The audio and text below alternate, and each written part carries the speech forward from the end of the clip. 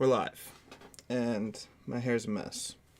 First thing we're gonna do, we're gonna fix that, cause yeah, we're not doing that today. Hey, I already got a text. I don't know if you're enjoying teaching yoga. Interesting. Something about yoga.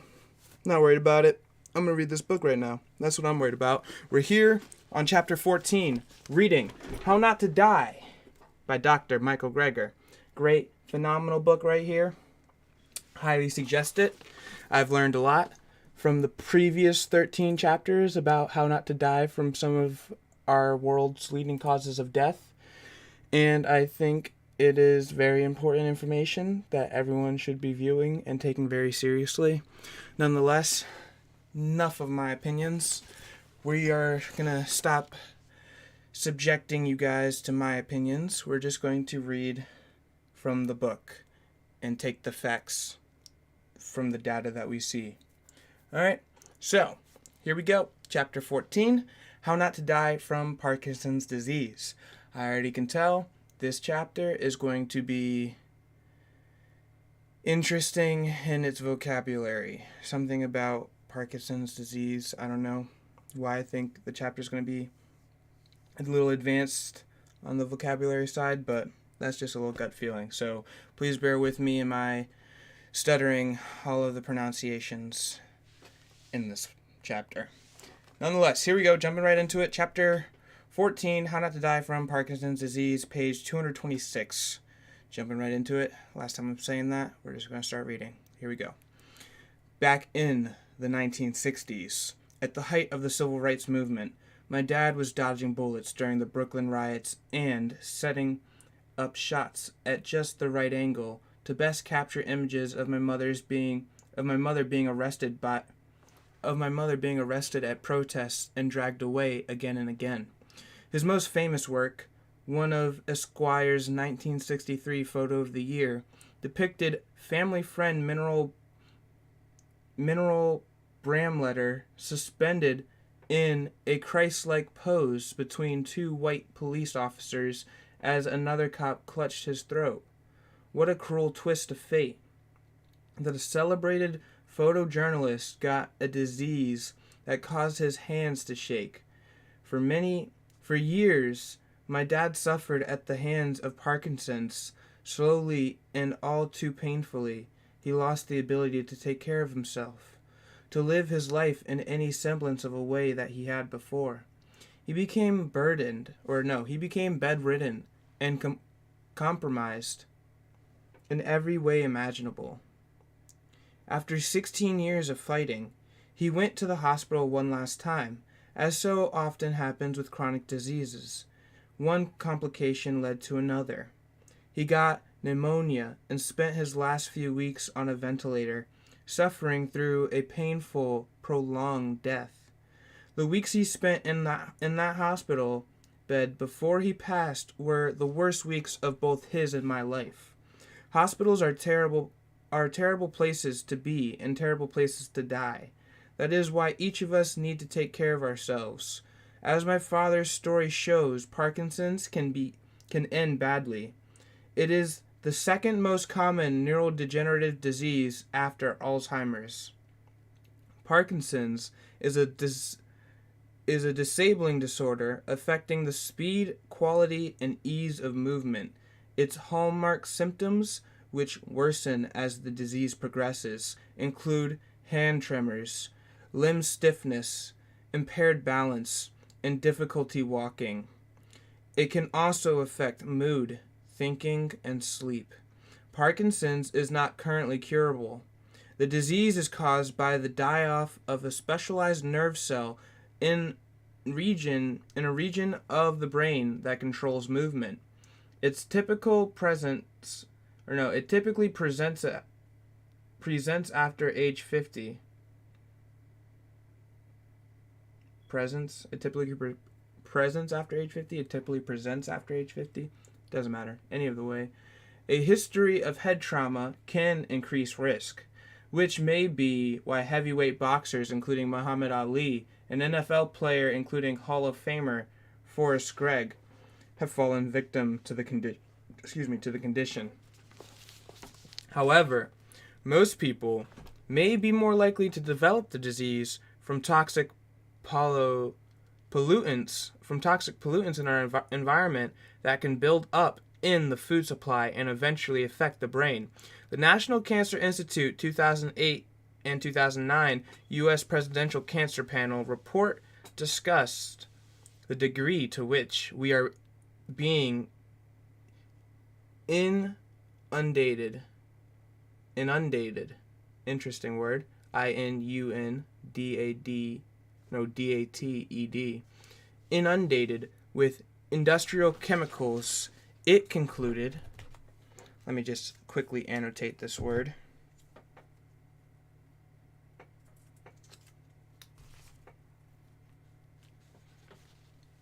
The American people, even before they are born, are bombarded continually with a myriad combinations of these dangerous exposures. The panel urges you, Mr. President, most strongly to use the power of your office to remove the carcinogens and other toxins from our food, water, and air that needlessly increase healthcare costs, cripple our nation's productivity, and devastate American lives. In addition to increasing your risk of developing many cancers, industrial pollutants may also play a role in the onset of such brain deteriorating neurodegenerative diseases as Parkinson's, and those toxins are residing in most people's bodies. Every few years, the CDC measures the levels of chemical pollutants in our bodies of thousands of Americans from across the country. According to the agency's findings, the bodies of most women in the United States are contaminated with heavy metals, along with a number of toxic solvents, endocrine disrupting chemicals, fire retardants, chemicals from plastics, polychlorinated biphenyls, PCPs, and banned pesticides such as DDT. Publicized by American biologist Rachel Carson in her 1962 bestseller, Silent Spring, in many cases, 99 to 100% of the hundreds of women tested were found to have detectable levels of these pollutants circulating in their bloodstreams. Pregnant women were found to harbor, on average, up to 50 different chemicals. Could the presence of these potential toxins in their bodies mean that they are also being passed on to their children? Researchers decided to put that question to the test by measuring pollutant levels right at delivery in the baby's umbilical cord blood. As soon as the cord is cut, a little blood can be squirted into a vial. After studying more than 300 women who had recently given birth, researchers found that 95% of umbilical cord samples showed detectable DDT residues. And this is now decades after the pesticide was banned. What about men? Men tend to have higher levels of certain pollutants than women. A clue to solving this mystery was found when breastfeeding history was taken into account. Women who never breastfed had about the same level of certain toxicants in their body as men. But the longer they breastfed their children, the lower their levels fell, suggesting that they were detoxifying themselves by passing the pollution down to their children. It appears that blood levels of some pollutants in women may drop by nearly half during pregnancy, in part because their bodies pass them off through the placenta. That may be why breast milk concentrations of pollutants appear higher after the first pregnancy. I don't know why, but I'm feeling like I need to annotate this. Then in subsequent ones, this could explain why birth order was found to be significant predictor of pollutant levels in young people. Basically, firstborn kids may get first dibs on mom's store of toxic waste, leaving less for their baby brothers and sisters. Even mothers who were breastfed as infants themselves tend to have higher levels of pollutants in their own breast milk when they grow up suggesting a multi-generational passing down of these chemicals. In other words, what you eat now may affect the levels of toxic chemicals in your grandchildren. When it comes to feeding babies, breast is still best, absolutely. But rather than detoxifying into our children, we should strive not to tox ourselves in the first place. In 2012, researchers from the University of California, Davis, published an analysis of the diets of California kids aged 2 to 7. Children are thought to be especially vulnerable to chemicals in the diet because they are still growing, and thus they have comparatively greater intake of food and fluids relative to their weight. Chemicals and heavy metals in children's bodies from the foods they ate were indeed found to exceed safety levels by a larger margin than in adults. Cancer risk ratios, for instance, were exceeded by a factor of up to 100 or more. For every child studied, benchmark levels were surpassed. For arsenic, the banned pesticide dieldrin, and potentially highly toxic industrial byproducts called dioxins, they were also too high for DDE, a byproduct of DDT. Which foods contributed to the most heavy metals? The number one food source of arsenic was poultry among preschoolers, and for their parents, tuna. The top source for lead? Dairy. For mercury? Seafood. And damn fucking straight, that is getting a motherfucking sticky note.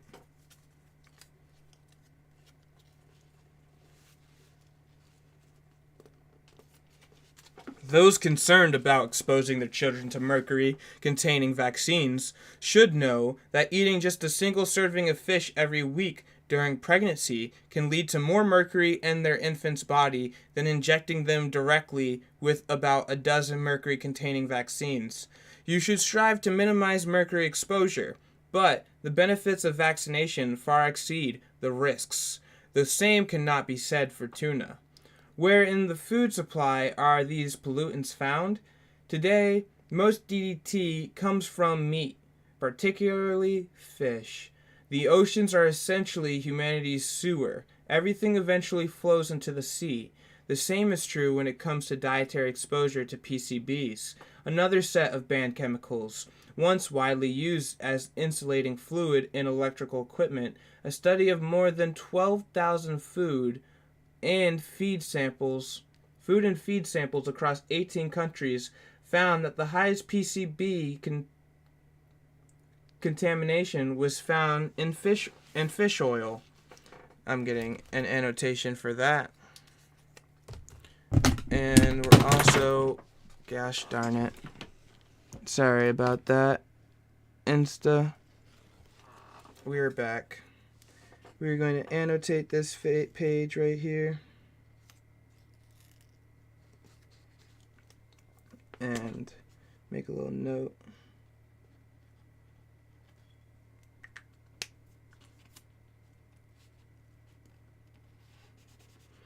Okay. And fish oil, followed by eggs, dairy, and then other meats. The lowest contamination was found at the bottom of the food chain in plants. Hexachlorobenzene. There's our first big word. Hexachlorobenzene. Hexachlorobenzene. Another pesticide banned nearly a half century ago. Today may be found mainly in dairy and meat, including fish. Perfluorochemicals. Perfluoro chemicals. Perfluorochemicals, or PFCs, overwhelmingly found in fish and other meats. As for dioxins in the United States, the most concentrated source may be butter, followed by eggs, and then processed meat. The level in eggs may help explain why one study found that eating more than half an egg a day was associated with about 2 to 3 times higher odds for cancers of the mouth, colon, bladder, prostate, and breasts, compared to those who didn't eat eggs at all. If women want to clean up their diets before conception, how long does it take for the pollutants to leave their systems? To find out,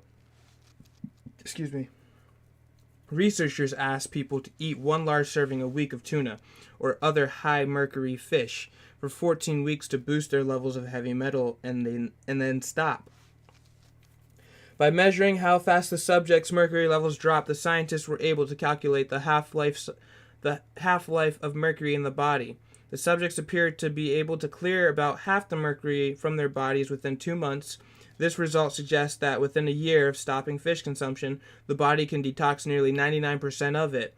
Unfortunately, other industrial pollutants in fish can take longer for our bodies to get rid of. The half-lives for certain dioxins, PCBs, and DDT, byproducts found in fish, are as long as 10 years. So to get that same 99% drop, it could take more than a century, a long time, to delay having your first child. By now, you are probably wondering how these chemicals get into your food in the first place. One reason is that we've so thoroughly polluted our planet that the chemicals can just come down in the rain. For example, scientists have reported 8 different pesticides contaminating the snow-packed peaks of Rocky Mountain National Park in Colorado. Once pollutants get into the soil, they can work their way up the food chain at increasing concentrations. Consider that before she's slaughtered for meat, a dairy cow may eat 75,000 pounds worth of plants. The chemicals in the plants can get stored in her fat and build up in her body. So when it comes to many of fat-soluble pesticides and pollutants, every time you eat a burger, you are in effect eating everything that burger ate. The best way to minimize your exposure to industrial toxins may be to eat as low as possible on the food chain as a plant-based diet. And this is a good segue for those of you who are in what's the word I'm looking for?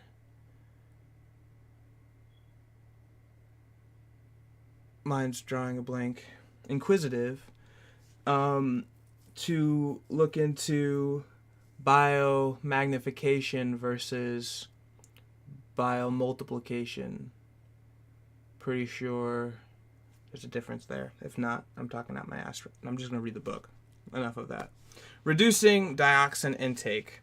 Dioxins are highly toxic pollutants that accumulate in the fat of an animal tissue, such that about 95% of human exposure comes from eating animal products. Sometimes that's because of contaminated animal feed.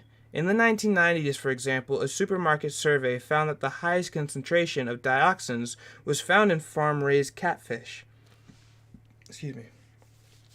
Apparently the catfish were provided feed mixed with an anti-caking agent laced with the dioxins that may have originated from sewage sludge. That same feed was given to chickens, affecting approximately 5% of the U.S. poultry production at the time. That would mean that people ate hundreds of millions of contaminated chickens. Of course, if it was in the chickens, then it was also in their eggs. Indeed, elevated dioxin levels were found in the U.S. eggs too. The U.S. Department of Agriculture estimated that less than 1% of feed was contaminated, but 1% of eggs production would mean more than 100 million tainted eggs per day. But the catfish contamination was even more widespread. More than 1/3 of all U.S. farm-raised catfish tested were found to be contaminated with dioxins. In 1997, the Food and Drug Administration called on feed manufacturers to stop using these dioxins-tainted ingredients, stating that continued exposure to elevated dioxin levels in animal feed increases the risk of adverse health effects in animals and to humans consuming animal-derived food products. So did the feed industry clean up their act? Up to 500,000,000 pounds of catfish continued to be churned out of the U.S. fish farms every year. But it wasn't until more than a decade later that our government went back and checked for compliance. Researchers from the USDA tested samples of catfish from all over the country, and in 2013 reported that 96% of tested samples still contained dioxins or dioxin-like compounds. And when they checked the feed used to raise the fish, more than half the samples came back as contaminated.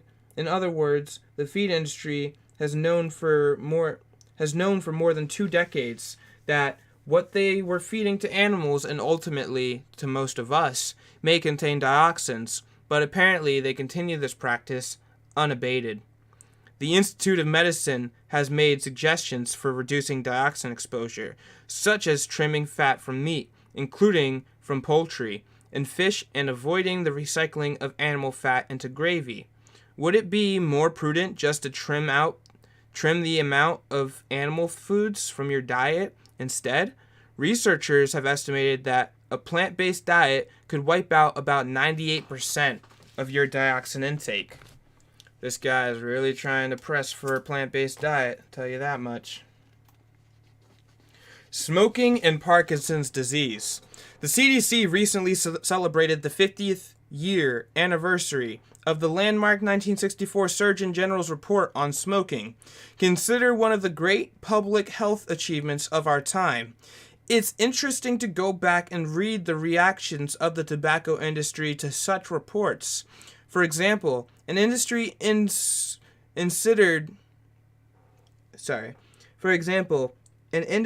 insider argued that contrary to the Surgeon General's argument that smoking costs our nation billions, smoking saves the country money by increasing the number of people dying soon after retirement.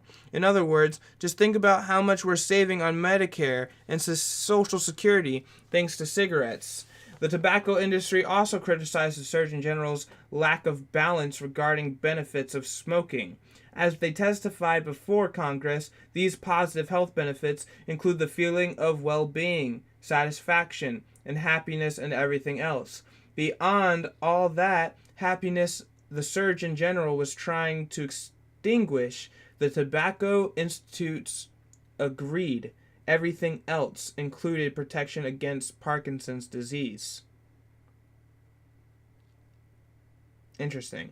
As it happens, quite unexpectedly, more than 6 studies over the past half-century have collectively shown that smoking tobacco is indeed associated with significant lower incidence of Parkinson's disease. Interesting. That's getting a sticky note.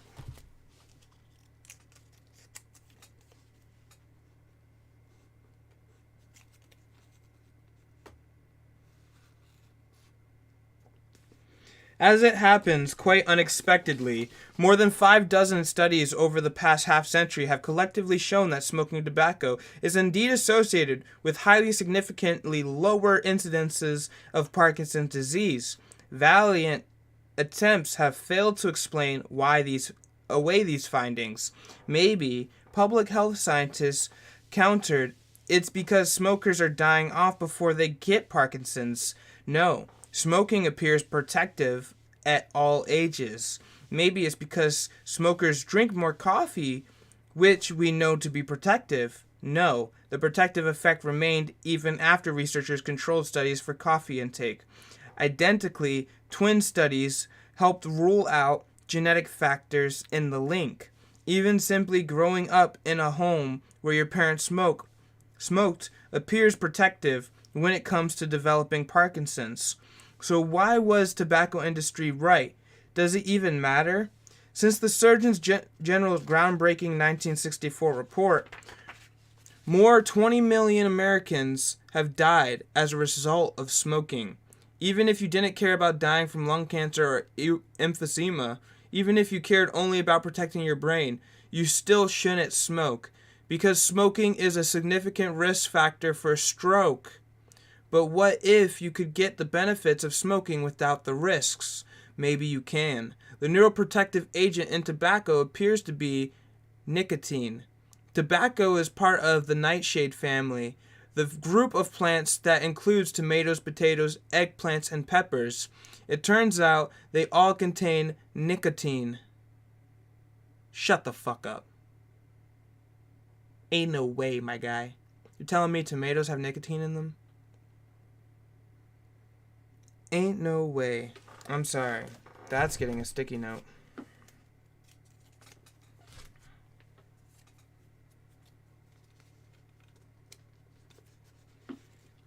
Turns out they all contain nicotine too, but in such trace amounts, hundreds of times less than what's found in a single cigarette, that the protective potential of vegetables was diminished as inconsequential. But then it was discovered that just one to two puffs of a cigarette can saturate half of your brain's nicotine receptors. Then we learned that even exposure to secondhand smoke may lower the risk of Parkinson's, and that the amount of nicotine exposure sitting in a smoky restaurant is on the same order as what you might get from eating a healthy meal in a smoke-free restaurant. So might eating lots of nightshade vegetables protect you from Parkinson's after all? Researchers at the University of Washington decided to find out. When they tested for nicotine, they found none in eggplants, just a little in potatoes, some in tomatoes, and more significant amounts in bell peppers. That's getting a sticky note. That's for damn sure.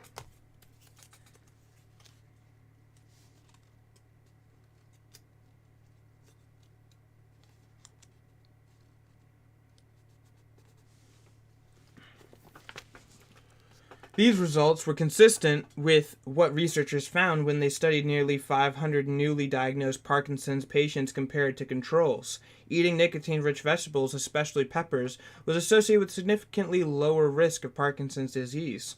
This effect was found only in the non-smokers, which makes sense because the food of nicotine from cigarettes would likely overwhelm any dietary effect. This study may help. Wait, let me reread that again. Which makes sense because the flood of nicotine, from cigarettes would likely overwhelm any dietary effect. This study may help explain previous protective associations in terms of Parkinson's risk that had been tenuously found for tomato and potato consumption, as well as for the nightshade-rich Mediterranean diet. The University of Washington researchers concluded that more research is needed before individuals should consider dietary interventions to prevent Parkinson's disease.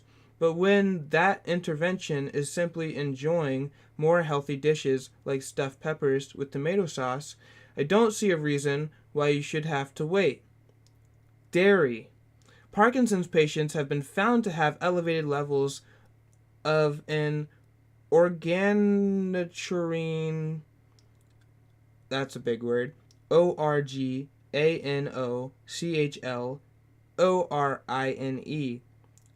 oreganochilorine pesticide, whatever, in their bloodstream, the class of largely banned pesticides that includes DDT. Autopsy studies have also found elevated levels of pesticides in the brain tissue of those with Parkinson's. Elevated levels of other pollutants like PCBs were also found in their brains, and the higher certain PCB concentrations, the higher the degree of damage found specifically in the brain region thought to be responsible for the disease, called the substantia nigra. Substantia nigra. That's getting a sticky note. SUBSTANTIA, and the other word is NIGRA. As noted earlier, though, many of these chemicals were banned decades ago. They may persist in the environment. You can continue to be exposed to them, though the consumption of contaminated animal products in your diet, including dairy, indeed, people who eat dairy-free, plant-based diets were found to have significantly lower blood levels of the PCBs implicated in the development of Parkinson's disease.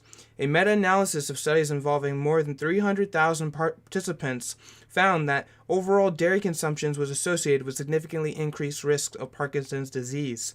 They estimated that Parkinson's risk may increase 17% for every daily cup of milk consumed. Contamination of milk with neurotoxins may be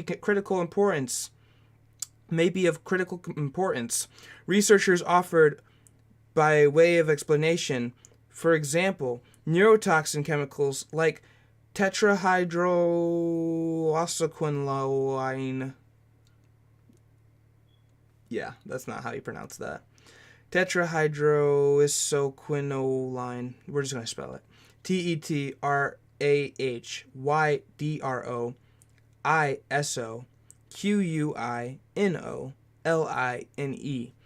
And there's no way I'm ever saying that again. A compound used to induce Parkinsonism in primates in laboratory studies appears to be found predominantly in cheese. Fuck! I love cheese. The concentrations found were low, but the concern is that they may accumulate over a lifetime of consumption, resulting in the elevated levels found in the brains of Parkinson's patients. There have been calls on the dairy industry to require screening of milk for such toxins, but they have so far gone unanswered. A recent Nutrition Journal editorial considered the case closed. The only possible explanation for this effect is the evidence of the contamination of milk by neurotoxins, but there are alternate explanations for the clear cut in parentheses or in quotations link between dairy and Parkinson's. For example, pollutant levels wouldn't explain why Parkinson's appears more closely tied to the consumption of the milk sugar lactose than to milk fat, more closely tied to milk than to butter. So, maybe the culprit is galactose, the sugar in milk described in chapter 13, blamed for an increased risk of bone fractures, cancer, and death. Those with an inability to detoxify the galactose in milk not only suffer damage to their bones, but also to their brains. This may help explain the link between milk intake and Parkinson's, as well as the link between milk and another neurodegenerative disease called Huntington's disease. That's getting a sticky note. Never even heard of that disease. I need a highlighter instead. Higher consumption of dairy products appears to double the risk of earlier onset Huntington's. Another explanation is that milk consumption lowers blood levels of uric acid, an important brain antioxidant shown to protect nerve cells against the oxidative stress caused by pesticides. Uric acid may slow the progression of Huntington's and Parkinson's, and most importantly, may lower the risk of getting Parkinson's in the first place. Too much of uric acid, however, can crystallize in your joints and cause a painful disease called gout. So uric acid can be thought as a double-edged sword. Too much uric acid is also associated with heart disease and kidney disease. Too little associated with Alzheimer's and Huntington's, Parkinson's, multiple sclerosis, and stroke. God damn. Balance is key, baby. Those on a dairy-free, plant-based diets have appeared to hit the sweet spot in terms of most optimal uric acid levels for longevity. Milk may not do a body good, at least when it comes to your bones and brains. Which, I mean, those are some pretty important parts of the body if you ask me. Well, what do I know? Plant-based diets and pollutants. As we've discussed, oregano chlorines are a group of chemicals that include dioxins, PCBs, and such insecticides as DDT. Although most were banned decades ago, they persist in the environment and creep up the food chain into the fat of the animals people eat. What if you don't eat any animal products at all? Researchers have found that vegans were significantly less polluted than omnivores when measuring levels of oregano-chlorines in their blood, including a variety of PCBs and one of Monsanto's long-banned archlor compounds, AROCLOR compounds. This finding is consistent with studies showing higher levels of oregano-chlorine pesticides in body fat and breast milk of those who eat meat. People eating completely plant-based diets have also been found to have markedly lower levels of dioxins in their bodies, as well as decreased contamination with PBDEs, the flame retardant chemical pollutants also linked to neurological problems. No surprise, the highest level of flame retardants in the U.S. food supply have been found in fish, though the primary source of intake for most Americans is poultry, followed by processed meat. This discovery helps explain the significant lower levels of PBDEs in the bodies of those eating meat-free diets. It appears that the more plant-based foods you eat and the longer you go without eating animal products, the lower your levels fall. No regulatory limits have been set for PBDEs in food, but as U.S. Department of Agriculture researchers noted in a survey of flame retardant chemicals in domestic meat and poultry, reducing the levels of unnecessary persistent toxin compounds in food and your diet is certainly desirable. Eating healthier can also reduce the concentrations of heavy metals in your body. The levels of mercury in the air of those eating plant-based diets were found to be up to 10 times lower than those who ate fish. Within 3 months of switching to a plant-based diet, the levels of mercury, lead, and cadmium growing out in your hair appeared to drop significantly, but build back up when meat, eggs, and are added back into the diet. Okay. Unlike heavy metals, though, some oregano-chlorine pollutants can stick around for decades. Any DDT in your KFC may stay with you for the rest of your life. Ain't that some shit?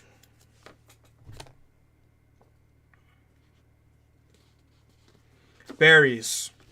Dr. James Parkinson, in his original centuries-old description of the disease that bears his name, described a characteristic feature, torpid, bowels or constipation, that may precede the diagnosis by many years.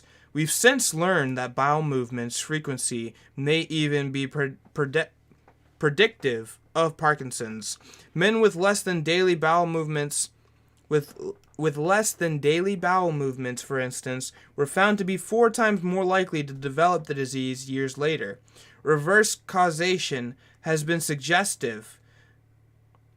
Maybe constipation didn't lead to Parkinson's. Maybe Parkinson's, even decades before it was diagnosed, led to constipation. This idea was supported by anecdotal evidence suggested that throughout their lives, many who would go on to develop Parkinson's reported never feeling very thirsty, and perhaps decreased water intake contributed to their constipation. Alternatively, given the link between dietary pollutants and Parkinson's consumption may be contributing directly to the disease. The longer feces stay in the bowel, the more neurotoxic chemicals in the diet may be absorbed. There are now more than 100 studies linking pesticides to an increased risk for Parkinson's disease, but many of them are based on subjects' occupational or ambient exposure. Approximately 1 billion pounds of pesticides are applied annually in the United States, and simply living or working in high spray areas may increase your risk. The use of common household pesticides like bug sprays is also associated with significantly increased risk. How exactly do pesticides increase your risk for Parkinson's? Scientists think they may cause DNA mutations that increase your susceptibility or affect the way certain proteins fold in your brain. In order for proteins to function effectively, they have to be the right shape. As you may know, as you make new proteins in your cells, if they come out folded incorrectly, they are simply recycled and your body tries again. Certain misfolded proteins, however, can take a shape that your body has difficulty breaking down. Should this glitch happen continuously, the malformed proteins can accumulate and result in the death of the brain's nerve cells. Misfolded beta amyloid proteins, for example, are implicated in Alzheimer's disease. See Chapter 3. And amyloid is spelled AMYLOID. Misfolded prion, PRION, proteins cause mad cow disease. Gotta annotate that.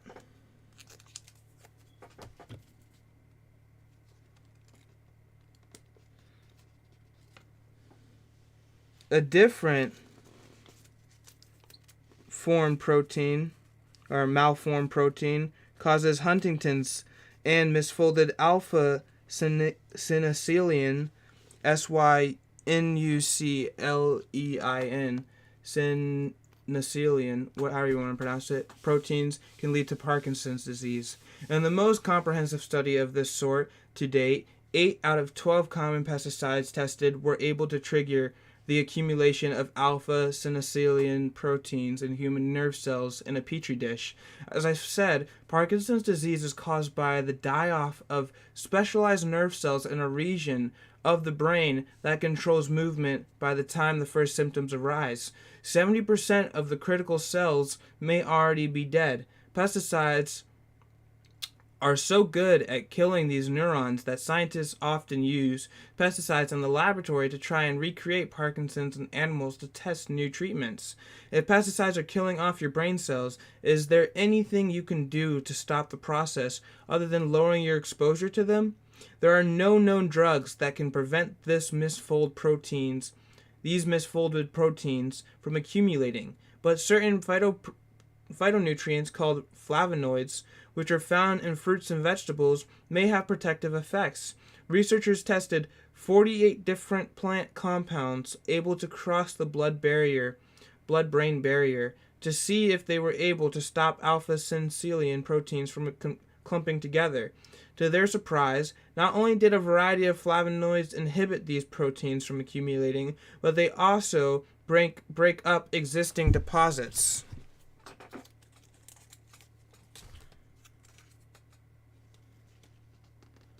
This study suggests that by eating healthfully, you can reduce your exposure to pollutants while countering their effects at the same time. And when it comes to countering the effects of pesticides, berries may be particularly useful. In a head-to-head battle between pesticides and berries, researchers found that pre-incubating nerve cells, which a blueberry extract allowed them to better withstand the debilitating effects of a common pesticide, but most such studies were performed on cells in a petri dish. Is there any evidence in people that eating berries could make a difference? Is there any evidence that shows in people that eating berries could make a difference, is what I wish it said, but it literally just says, is there any evidence in people that eating berries could make a difference? Any of the way.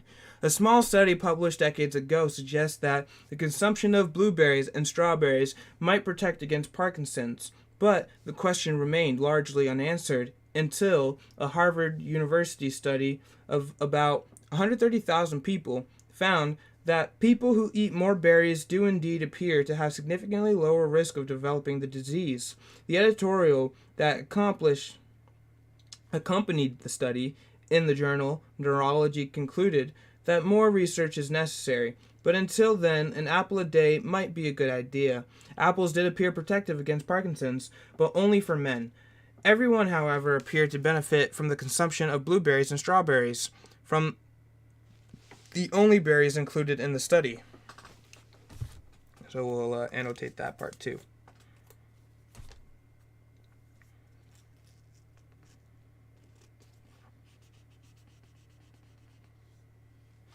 If you do decide to follow my recommendation to eat berries every day, I would advise not serving them with cream. Not only has dairy been shown to block some of the beneficial effects of berries, but as we saw earlier, dairy products may contain compounds that cause the very damage the berries are trying to undo. Cannibalistic feed biomagnification. Interesting. Cannibalistic feed biomagnification. If people just eat from the bottom two levels of the food chain, only plants and plant eaters, that is, cows, pigs, and chickens, fed grain and soybeans, why is the American populace so contaminated? Those of you who remembered the mad cow disease story may know the answer. In modern, that's a big word, agribusiness, guess it wasn't that big of a word. In modern agribusiness, there are essentially no more herbivores. Millions of tons of slaughterhouses byproducts continue to be fed to farm animals in the United States every year. Not only have we turned these animals into meat eaters, but virtually cannibals as well. When we feed farm animals millions of tons of meat and bone meal, we are also feeding them any pollutants this feed may contain.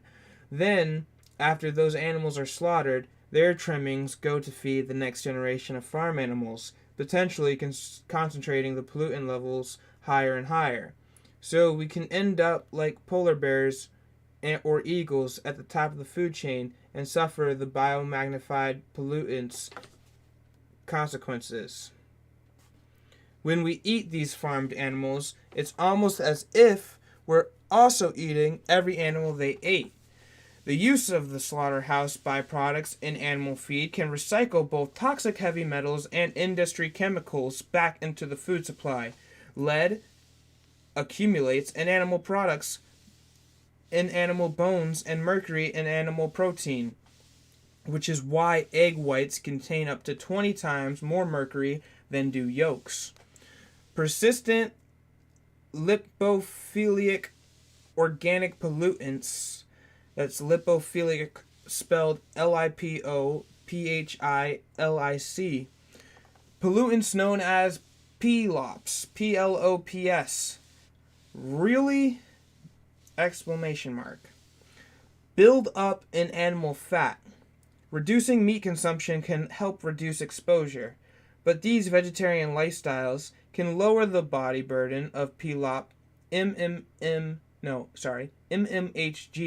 mercury, and lead. One toxicologist noted, such benefits can be undermined by the consumption of contaminated milk and egg products.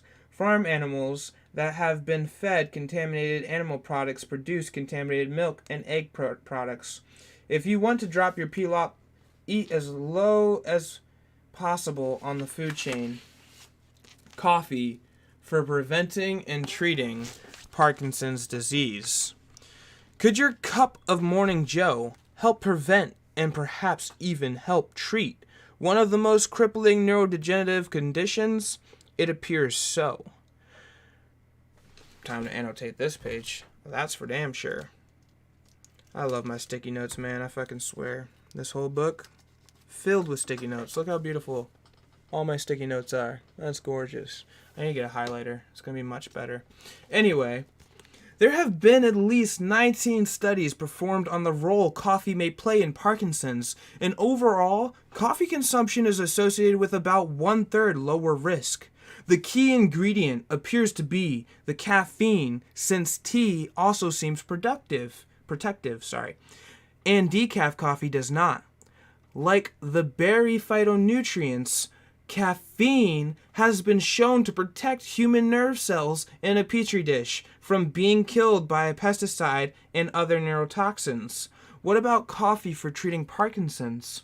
In a randomized controlled trial Giving Parkinson's patients the caffeine equivalent of 2 cups of coffee a day, or approximately 4 cups of black tea or 8 cups of green tea, significantly improved movement symptoms within 3 weeks.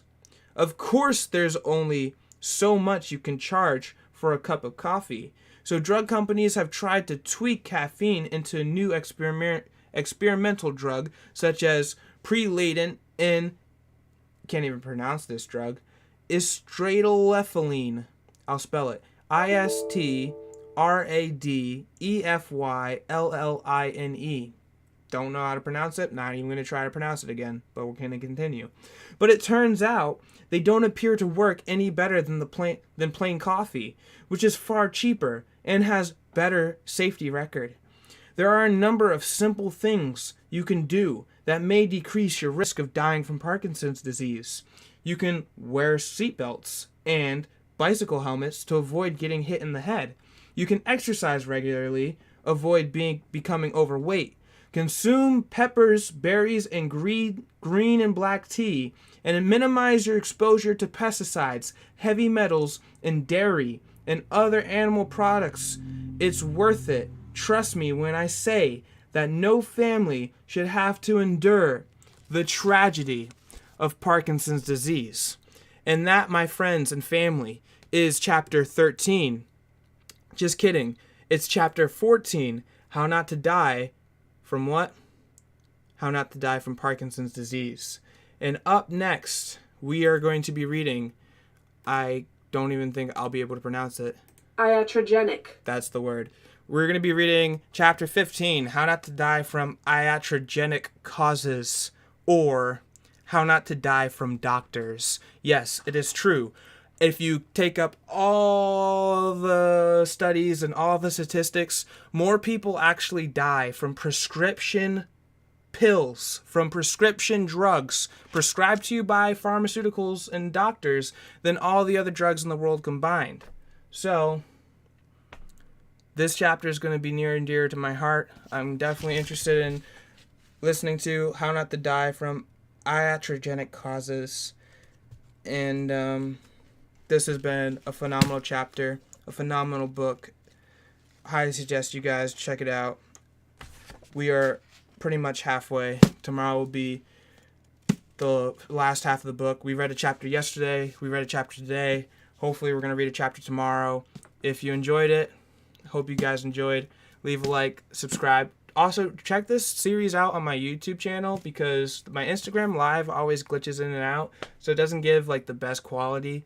But if you want something that doesn't buffer, my YouTube is the number one Who Cares. The one who cares. Check me out on YouTube. Much appreciated. If you liked it, leave a like, subscribe, comment, interact with me because I'm bored and get lonely often. So yeah, that's all I got for you guys today. That's been How Not to Die by Dr. Michael Greger. Hopefully you've enjoyed. If you haven't enjoyed, whatever. Go do something else, I guess. Nonetheless, I'm out of here, guys. That's all I got for you guys. If you didn't know already, I love you. Love is the answer. It's all you need. Literally every problem you could think of can be answered by love. Like 1 + 1 equals, guess what? Love. You thought it equaled 2? No, you were wrong. Literally every problem you have, think about love, and you will find the answer. That's all I have for you guys today. That's my ancient wisdom for you. Nonetheless, that's all I have. That's the last time I'm going to say it. Peace. Take it easy. We out.